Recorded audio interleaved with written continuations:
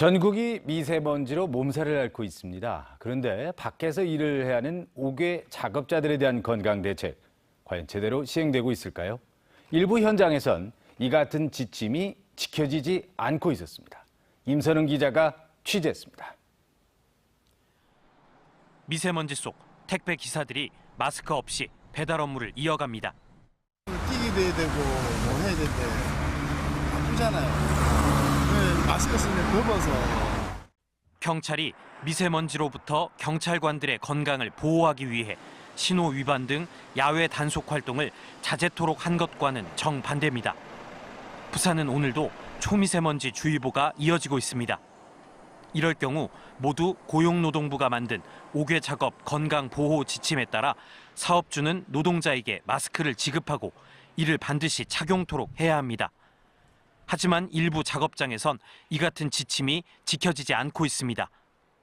부산시 보건환경연구원은 특히 이번 봄엔 미세먼지가 심한 날이 많을 것으로 전망했습니다. 자동차의 운행이라든가 그다음에 부산 같은 경우는 선박 등 그리고 사업장에서 배출되는 대기오염 물질이 주 원인이라 할 수 있겠습니다. 때문에 노약자와 호흡기 질환자는 당분간 외출을 자제하고 집 밖에서 활동을 해야 할 땐 반드시 마스크를 착용해야 합니다. MBC 뉴스 임선응입니다.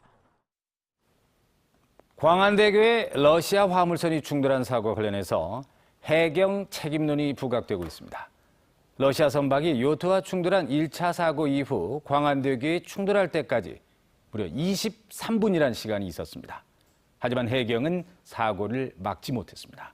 송광모 기자의 단독 보도입니다. 러시아 화물선 시 그랜드호가 광안대교를 충돌하기 23분 전 해경 상황실과 해경 파출소, VTS 관제센터가 주고받은 3자 간 대화 내용입니다. 요트 충돌 신고를 받은 119는 해경 상황실에 통보했고 오후 3시 57분 해경 구조정이 현장에 도착했습니다. 13분 뒤인 4시 10분에서야 해경 파출소는 요트 충돌 사고를 확인했다는 메시지를 띄웁니다. VTS 관제센터는 이 교신을 지켜보고 있었지만 상황 파악을 제대로 하지 못했습니다. VTS 관제센터는 해경 구조정이 출동해 있는 동안 시 그랜드호의 요트와 충돌했냐고 4번이나 물어봤고 시 그랜드호는 충돌했다고 2번이나 답했습니다. 하지만 2분 뒤 시 그랜드호는 말을 바꿔 충돌 사고는 없었다며 해경에 거짓 보고를 합니다.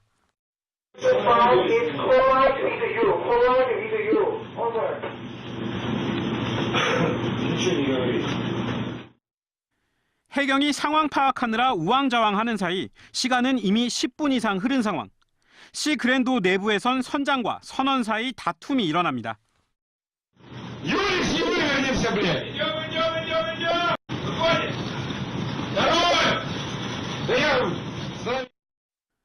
현장에 출동한 해경 구조정은 안전 확보를 위해 시 그랜드호 계류 유도를 해야 한다고 뒤늦게 VTS에 요청합니다. 광안대교 충돌 11분 전입니다. 하지만 이 순간에도 선박 지시 권한이 있는 VTS는 시 그랜드호에 통제 명령을 내리지 않았습니다. 너무 분담이 돼서 적정하게 한 겁니다. 제가 볼 때는 아무 문제가 없거든요. 타고 요청했으니까 대리점 통해 타고 수리했고. 충돌 6분 전 갑자기 시 그랜드호는 후진하기 시작합니다.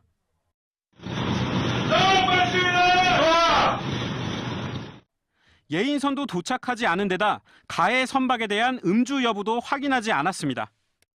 서비스를 하는 데지 통제 컨트롤을 하는 데가 아니거든요. 선장이 판단해서 가겠다는 걸 관제사가 너 가지 마라, 가라 마라 할 수 있는 권한은 전혀 없습니다. 그러나 해경 말과 달리 오후 4시 22분 VTS는 시 그랜드호에 운항을 즉시 멈추고 닻을 내리고 정박하라는 비상투묘를 지시합니다. 하지만 이 지시는 배가 이미 광안대교를 충돌한 뒤였습니다. MBC 뉴스 송광모입니다. 부산에서 올해 첫 홍역 확진 환자가 발생했습니다. 20대 베트남 출신 유학생인 이 환자는 최근 고향을 다녀온 뒤 발진 증상이 나타났는데요. 보건당국은 이 환자와 접촉한 사람들의 추가 감염 여부를 확인하고 있습니다. 현지호 기자가 전해드립니다. 시내 한 대학 외국인 전용 기숙사. 이곳에 머물던 유학생 한 명이 어제 홍역 확진을 받았습니다. 약 한 달간 베트남에 머물다 지난달 17일 국내로 다시 들어온 학생이었습니다. 전혀 학교에서 전달받거나 그런 건 아직은 없어요. 불안하거나 그러지는 않죠. 조금은 불안할 것 같아요. 감염된 학생은 확진 판정 직후 병원으로 옮겨져 격리 상태로 치료를 받고 있습니다. 홍역 확진자가 머물렀던 이 유학생 기숙사에는 380여 명이 살고 있습니다. 보건당국은 모든 학생들을 상대로 긴급 예방접종을 실시했습니다. 홍역으로 확진이 됐어. 어제 저희들이 바로 그 학생을 격리해서 역학조사 한다고 전부 다 검사를 하고 바로 어제 저녁에 조치를 했어. 하지만 안심할 수만은 없는 상황. 보건당국은 이 환자가 최초 발진 증세를 일으켜 찾았던 시내 한 병원의 의료진과 내원객 명단을 확보해 추가 감염 여부를 확인하고 있습니다. 홍역은 최대 잠복 기간이 3주에 이르고 발열과 기침, 피부 발진을 일으키는 전염성이 강한 법정 2군 감염병입니다. 보건당국은 전국적인 확진 사례가 잇따르고 있고 백신을 맞지 않은 영유아에겐 치명적일 수 있는 만큼 홍역이 의심될 땐 곧바로 의료기관을 찾아줄 것을 당부했습니다. MBC 뉴스 현지호입니다. 네, 다음은 오늘 신문 읽기 순서입니다. 먼저 국제신문입니다. 부산시와 국토부 간 의견 차이로 사상공업지역 재생 사업이 차질을 빚고 있다는 기사가 일면에 실렸습니다. 부산시는 어제 사상공업지역 재생 시행 계획을 잠정 중단한다고 밝혔습니다. 부산시는 상가와 극장 등 문화 복지시설이 들어서는 지원시설 용지 비율을 13.5%로 하려고 했지만 국토부가 이를 제지하면서 사업이 차질을 빚고 있다는 내용입니다. 이면에 있는 기사입니다. 부산시의회가 미세먼지 저감과 관련한 조례를 만든다는 소식입니다. 부산시의회 기획재정위원회는 미세먼지로부터 시민들의 건강을 지키기 위해 부산시 미세먼지 저감 및 관리에 관한 조례안을 준비하고 있습니다. 시의회는 고농도 미세먼지 발생 시 경유차의 운행을 제한하고 자동차 운행 제한 지역을 설정하는 등 미세먼지 비상 저감 조치를 시행하기 위한 근거를 만들겠다고 밝혔습니다. 네, 다음은 부산일보입니다. 용호부두를 친수형 관광지대로 개발한다는 소식 일면에 실렸습니다. 최근 광안대교 충돌 사건을 계기로 부산시와 부산항만공사가 남구 용호동 용호만 일대를 친수형 해양관광지대로 만들겠다는 의견을 해양수산부에 제안했다는 내용입니다. 이에 대해 김영춘 해수부 장관은 지역 주민들과 협의해서 좋은 방안을 만들어주면 그대로 실행하겠다고 답했습니다. 사회면에 있는 기사 하나 더 보겠습니다. 산악회가 지내는 제사로 금정산이 위협을 받고 있다는 내용의 기사입니다. 전국에서 몰려온 산악회가 안전한 등산을 기원하는 시산제를 지내면서 쓰레기를 버리거나 초를 피워 환경오염을 하고 있다는 지적입니다. 이에 대해 부산시 관계자는 금정산을 찾는 모든 산악회를 단속하기엔 현실적으로 어렵다는 입장을 밝혔다고 신문은 전하고 있습니다. 지금까지 오늘 신문 읽기였습니다. 오늘도 초미세먼지 주의보가 이어지고 있습니다. 현재 부산의 초미세먼지 농도는 72마이크로그램으로 높게 올라 있는데요. 오전까지는 대기가 정체되면서 미세먼지 농도가 계속해서 짙게 나타나겠습니다. 그래도 늦은 오후부터는 상황이 한결 나아지겠습니다. 깨끗하고 강한 북풍이 불면서 먼지가 점차 해소될 것으로 보입니다. 현재 동해상에는 비구름대가 발달해 있습니다. 동풍의 영향을 받는 부산과 울산 지역은 오전 한때 비가 오겠는데요. 비의 양은 5mm 미만으로 적겠고요. 비가 그친 뒤 오후부터는 차차 맑아지겠습니다. 부산의 아침 기온은 7도 선에서 시작하며 어제 같은 시각보다 4도가량 낮습니다. 한낮 기온은 13도까지 올라 어제와 비슷하겠습니다. 경남의 아침 기온도 어제보다 낮게 출발하고 있지만 여전히 예년 수준을 웃돌고 있습니다. 한낮에는 양산과 창원이 14도, 울산은 12도 안팎까지 오르겠습니다. 남해 동부 앞바다를 제외한 전 해상에서 풍랑주의보가 내려진 가운데 최고 4m의 높은 물결이 일겠고요. 오늘 오전까지 동해상에는 돌풍과 함께 천둥 번개가 치는 곳이 있겠습니다. 내일은 미세먼지 상황이 오늘보다 더 나아질 전망이고요. 일요일에는 전국적으로 비 소식이 있겠습니다. 날씨였습니다. 다음은 오늘 부산에서 열릴 각종 행사들 정리했습니다. 투데이 부산입니다. 부산의 소상공인 경쟁력 강화를 위한 더불어민주당 정책 방안 토론회가 오늘 오후 2시 부산시의회 4층 이음홀에서 개최됩니다.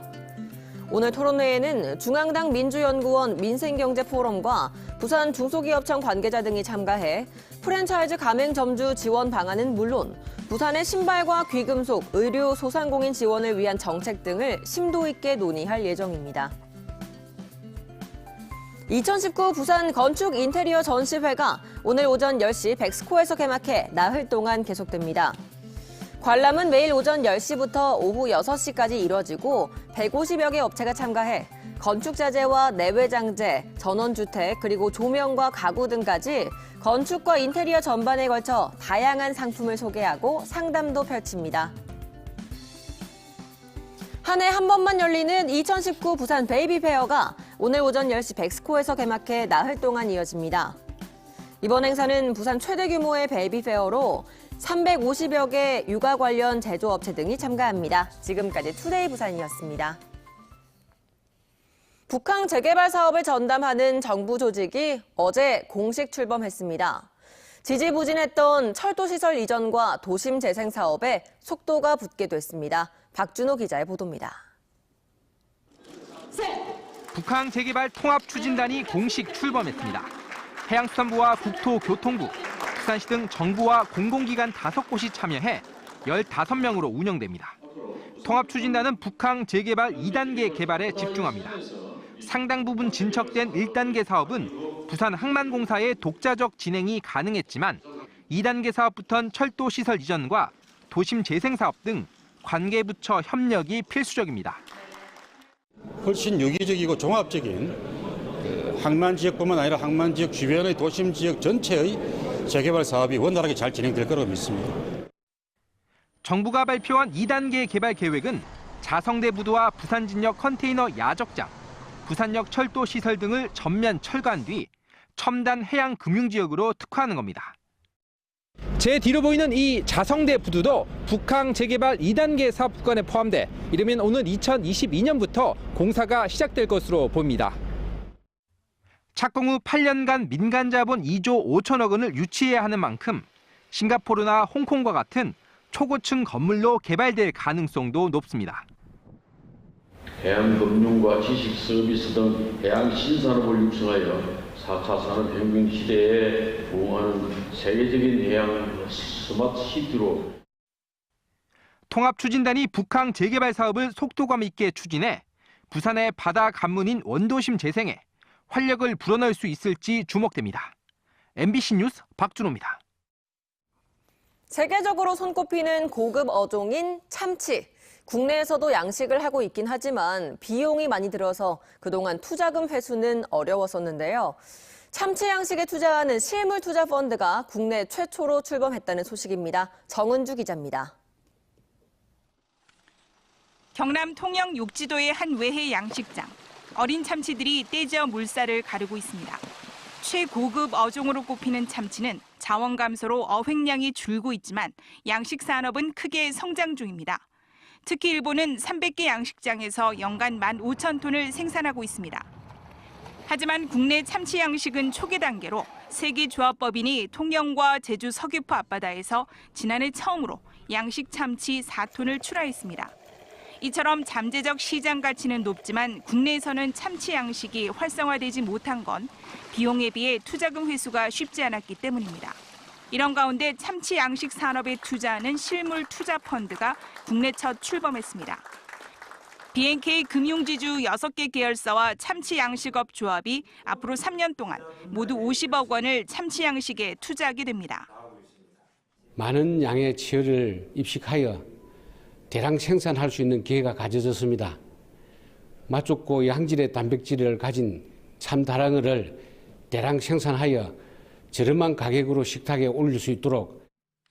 참치펀드는 해수부와 지역 금융기관 등이 수산업의 성장과 투자 활성화를 위해 그동안 머리를 맞댄 결과 나온 첫 작품으로 수산업 다른 분야로의 투자 확대도 기대됩니다. 이 펀드가 성공을 하면 연어가 되었던 어떠한 다른 그 양질의 고부가가치의 양식, 수산 관련한 펀드도 출시할 계획입니다. 투자금은 50kg 이상 성어로 자라난 참치를 출하한 판매 대금으로 상환됩니다. MBC 뉴스 정은주입니다. 흔히 부산은 우리나라 제2의 도시면서 제1의 항구 도시라 불립니다. 우리가 살고 있는 내고장 부산의 과거와 현재, 그리고 그 속에서 살아온 서민들의 표정을 살펴보는 두 곳의 전시장을 소개합니다. 문화산책 정세민 기자입니다. 뱃고동과 파도 소리가 울려 퍼지는 전시장에는 부산의 옛 풍경이 추억의 장면처럼 사진으로 표현돼 있습니다. 개발이라는 미명 아래 사라져간 도시 풍경, 그 속에서 묵묵히 버텨온 서민들의 삶의 흔적을 혹은 사진으로 혹은 영상이나 영화로 다양하게 표현했습니다.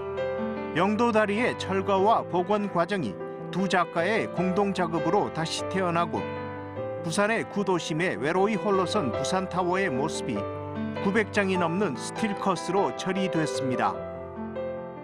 근본적으로 제가 가지고 있는 그 사진에 대한 관심이 변화하는 사회 환경, 이제 지난 과거를 좀 기억하고 싶은 이제 그런 바람, 그러고 이제 그 속에서 이제 조금 많은 사람들이 사실은 별로 관심을 가지지 않는 그 아웃사이더들에 대한 관심. 부산의 근대미술 1, 2세대 작가들의 작품들이 꽃피는 부산항이라는 이름으로 한자리에 모였습니다. 토벽동인 김경, 김종식, 임호로부터 송혜수, 전영림에 이어 마산의 문신, 강신석, 현재호까지 1958년부터 2004년까지 부산과 경남 근교의 풍경과 풍물을 담은 다양한 작품들이 시대의 향수와 예술적 향기를 품은 채 관람객들의 발길을 기다리고 있습니다. 부산의 로컬리티를 조망하는 전시 기획으로 부산의 근대 서양화의 역사를 부분적으로나마 들여다보면서 1950년대부터 2000년대까지 그 시대의 풍경과 풍물, 그리고 그 시대를 살았던 사람들의 이야기를 그림을 통하여 보고 들을 수 있다면 좋겠습니다. 궁핍한 시대를 살았지만 순수와 진정성을 잃지 않았던 근대 작가들의 작품 앞에서 부산의 추억과 향수, 사람 사는 사연과 소리가 들려오는 듯합니다. MBC 뉴스 정세민입니다.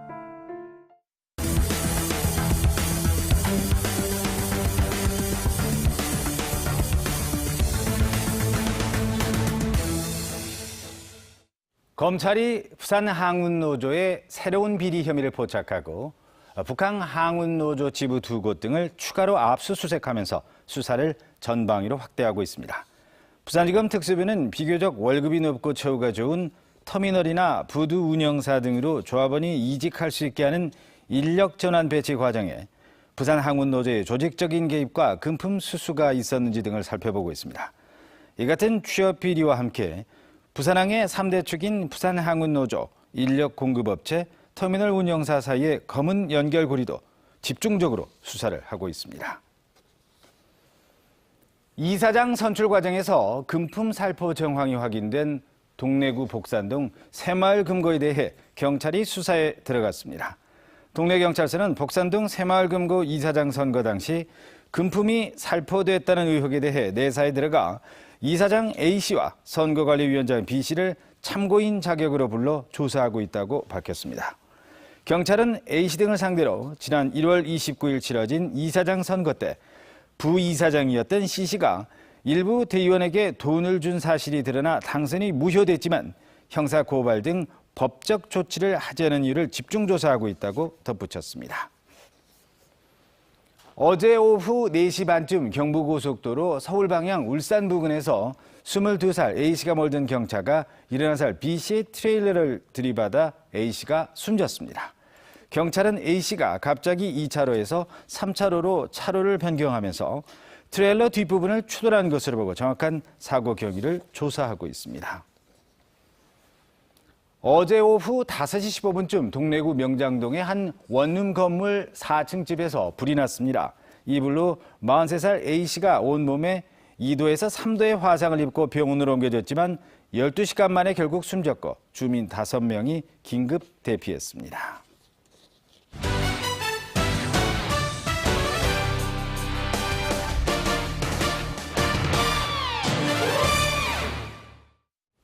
사상 최악의 미세먼지가 기승을 부리면서 축구계도 대책 마련에 나섰습니다. 한국 프로축구연맹은 미세먼지와 초미세먼지, 황사경보가 지속되거나 경보 발령 기준을 넘는 경우 경기 감독관의 판단에 따라 경기를 취소하거나 미룰 수 있도록 새로운 규정을 만들기로 했다고 밝혔습니다. 화물선 충돌로 인해 파손된 광안대교의 차량 통행이 다음 달 말쯤 돼야 정상화될 것으로 보입니다. 부산시와 부산시설공단은 대책본부를 꾸려 안전진단과 설계, 복구공사 등을 동시에 진행하고 있고 다음 달 말까지 광안대교 정상화 작업을 마칠 계획이라고 밝혔습니다. 한편 이번 사고를 수사 중인 부산해양경찰서는 음주 운항 등의 혐의로 구속된 선장 47살 S씨를 내일 기소 의견으로 검찰에 송치하기로 했습니다. 김석준 교육감은 어제 부산 진구 양정초등학교를 찾아 교실에서 공기정화장치 가동 상황을 확인하고 학생 불편 상황을 점검했습니다. 부산교육청은 공기정화장치가 설치되지 않은 155개 학교에 25억 3천만 원을 조기 투입해 오는 6월 말까지 모든 중고등학교에 공기정화장치 설치를 완료하기로 했습니다. 민주평화당이 부산에서 소상공인 정책을 발표했습니다. 정동영 대표와 장병환 원내대표 등 지도부는 어제 사상구 산업용품 유통상가 대회의실에서 현장 최고위원회를 열고 지역 상인들과 간담회를 가졌습니다. 평화당은 이 자리에서 임차인의 권리를 강화한 상가 임대차 보호법 개정안 이른바 100년 가게 특별법을 발표했습니다. 이어 국제시장과 청년 창업 지역을 돌며 소상공인 목소리를 들었습니다. 지난해 동부산 오시리아 관광단지 내 쇼핑센터를 다녀간 쇼핑객이 610만 명으로 집계됐습니다.